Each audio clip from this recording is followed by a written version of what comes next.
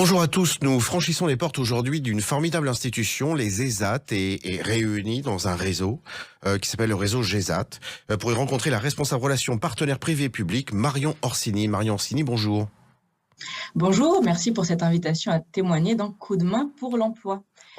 Très volontiers, au contraire, le travail que vous faites est absolument extraordinaire et vraiment, tant pour nos auditeurs publics, mais surtout peut-être pour nos entreprises, les entreprises qui les écouteraient, particulièrement au sein de celles-ci, les responsables RSE, tendez l'oreille parce que c'est vraiment très important. Alors, est-ce que vous pouvez nous expliquer tout d'abord ce que c'est un ESAT et ce que fait le GESAT ?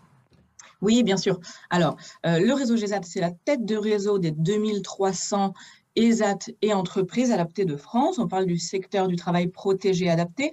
Les ESAT, ce sont des établissements et services d'aide par le travail.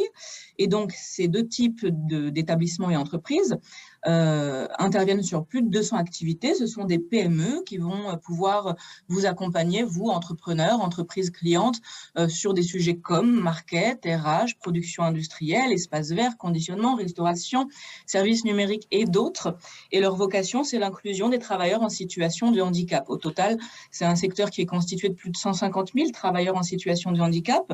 Et nous, notre vocation, c'est d'accompagner ces ESAT et entreprises adaptées dans leur structuration économique, dans l'émergence de nouvelles filières économiques, d'un côté, et de l'autre, accompagner les entrepreneurs, les PME, les grandes entreprises, les organisations publiques dans le développement de leurs achats responsables au cœur de leur stratégie RSE.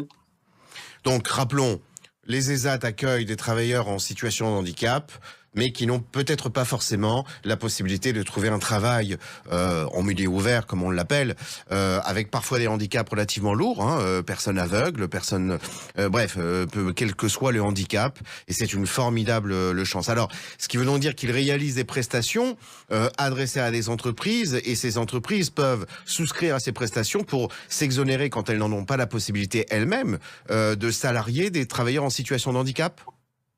Tout à fait. En fait, c'est déjà un avantage en tant que tel dans une politique, une dynamique de développement durable, de travailler avec des ESAT qui sont des prestataires compétitifs, engagés dans une réelle dynamique qualité-prix. Il faut savoir que 97% des clients des ESAT se disent très satisfaits ou satisfaits des prestations ou des produits proposés par ces fournisseurs, d'un côté. Mais en plus de ça, recourir aux ESAT, c'est aussi s'inscrire dans l'obligation légale d'emploi de travailleurs en situation de handicap, et ça rend service aux entreprises, donc la plupart des entreprises qui n'ont pas les fameux 6% d'emploi de travailleurs en situation de handicap de la loi Jacques Chirac de 2005 et qui peuvent réduire la fameuse taxe qu'on appelle contribution payée chaque année à l'URSSAF grâce au recours aux ESAT et entreprises adaptées. Donc rappelons pour nos entreprises qui nous écouteraient, si vous ne pouvez pas recruter, et parfois ça n'est pas possible, des personnes où vous n'en avez pas forcément l'opportunité, des personnes en situation de handicap, afin effectivement de vous investir néanmoins sur ce sujet-là, vous avez donc la possibilité